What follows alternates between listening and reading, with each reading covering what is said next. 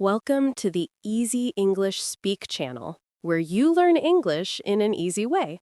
My name is Anna. And I'm Mark.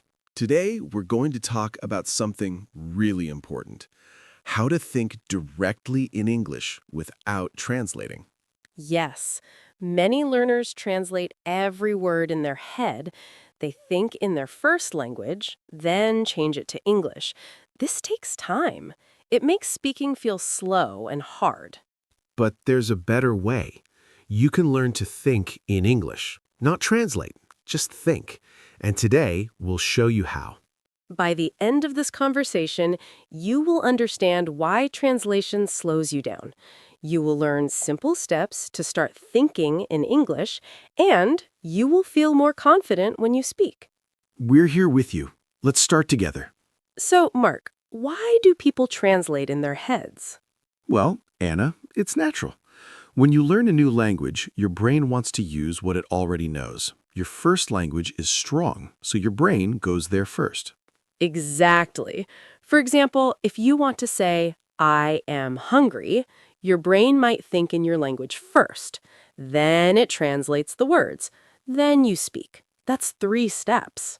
3 steps, and each step takes time. That's why speaking feels slow.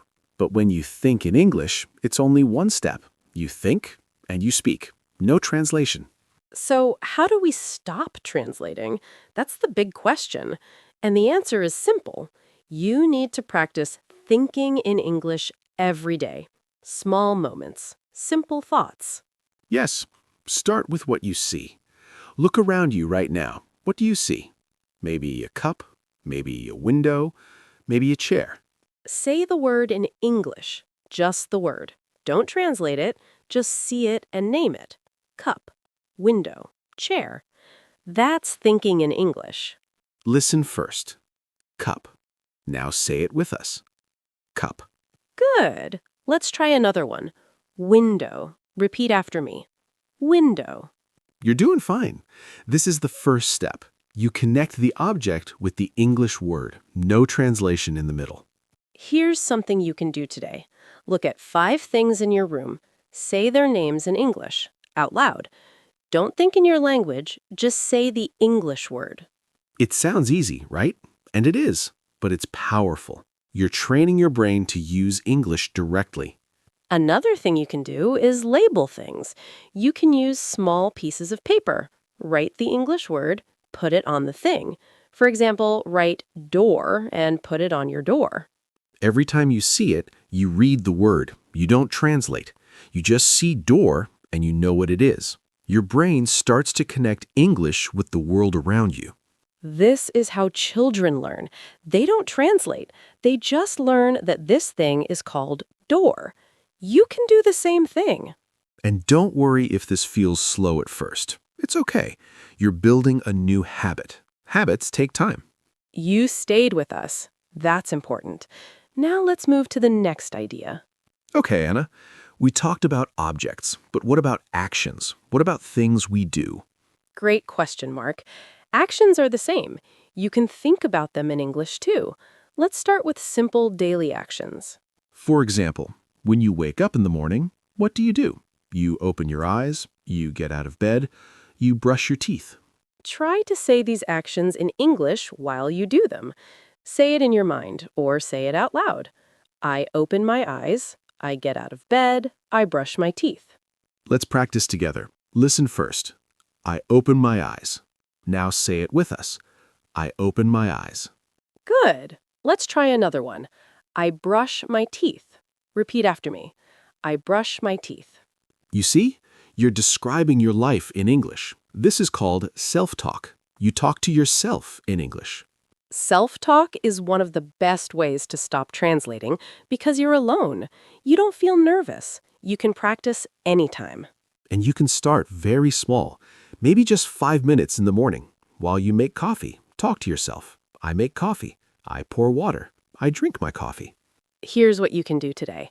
Choose one part of your day, maybe your morning routine, or maybe when you cook dinner. Talk yourself through it in English.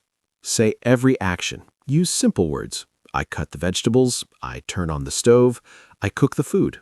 You don't need perfect sentences, just simple English. If you don't know a word, that's okay. Use a word you do know, or describe it in a simple way. You're not taking a test, you're practicing. This is important. You're not looking for perfect English. You're looking for direct English. English that comes from your mind without translation. And the more you do this, the easier it becomes. Your brain starts to prefer English. It becomes faster than translating. You practiced that action. That's progress. Now, let's talk about feelings and thoughts. So, Anna, objects and actions are easy to see. But what about feelings? What about ideas? Yes, this is harder, but it's also very important. When you feel something, your brain works fast.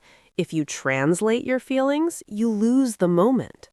For example, imagine you see a beautiful sunset. You feel happy. In that moment, can you think beautiful in English? Can you think, I feel happy? If you can, that's thinking in English. You're not translating, you're just feeling and naming it in English. Let's practice some feeling words together. Happy. Say it with us. Happy. Sad. Repeat after me. Sad. Tired. Let's say it together. Tired. Good. Now try to use these words when you feel them. When you feel tired tonight, say to yourself, I feel tired. Not in your language, in English. Here's something you can try later today.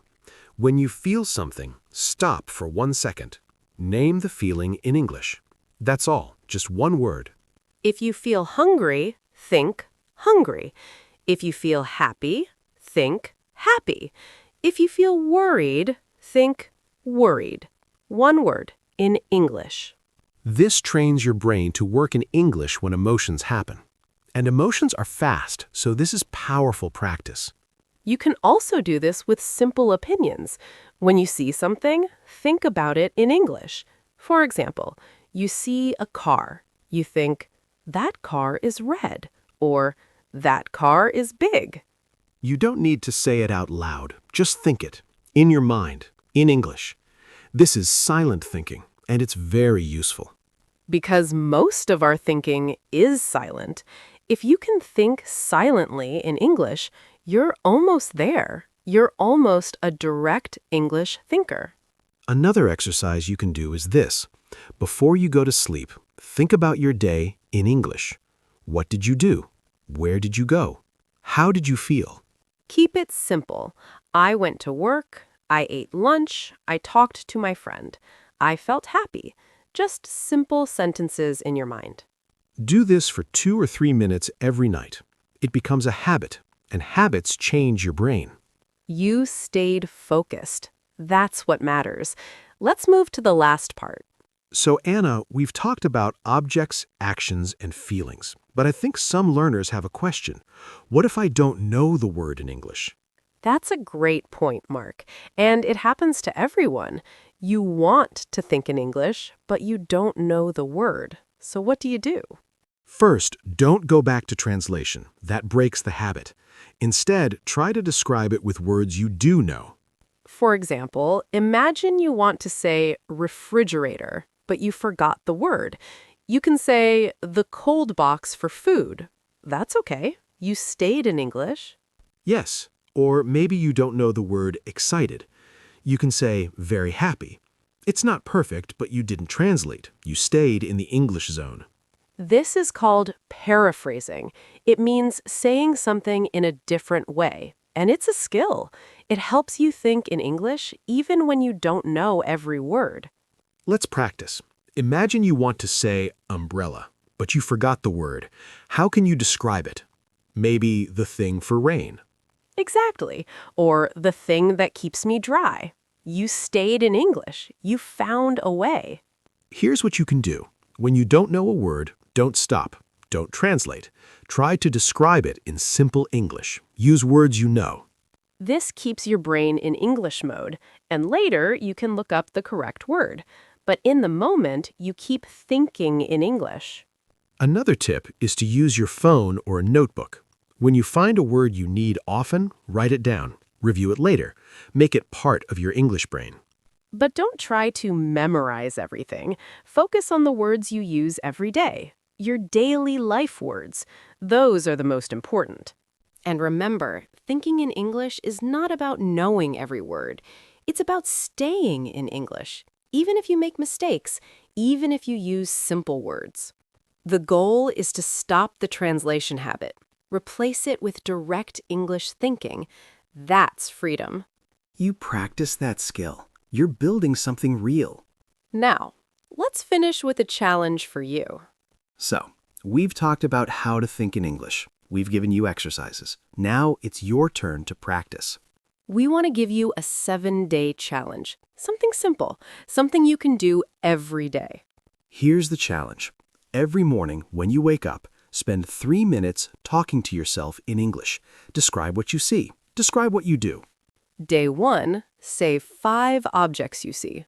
Cup, bed, phone, window, door. Just 5 words. Day 2, say 3 actions you do. I wake up, I stand up, I walk to the bathroom. Day 3, describe your feelings. I feel tired. I feel okay. I feel awake. Day 4, combine objects and actions. I see my cup, I drink water. I open the window. Day 5, add simple opinions. The weather is nice. My room is clean. I feel ready. Day 6, think about your plans. I will eat breakfast, I will go to work, I will practice English. Day 7, review your week in English. Think about what you did, how you felt, what you learned. Do this every morning, just 3 minutes. Use your phone to set a timer if you need to. Make it part of your routine. Write it down if that helps, or just say it in your mind. The important thing is to do it every day for 7 days. After 7 days, you will notice something. English will feel a little easier, a little faster. You won't translate as much. And that's the goal. Small steps every day. Real progress over time. Thank you for listening today. Thank you for practicing with us. You did something important. You learned how to start thinking in English. You have tools now. Use them. Remember, we're here with you. Every step you take matters. Take a deep breath. You're doing fine. See you next time. Keep practicing, keep thinking in English. Goodbye for now.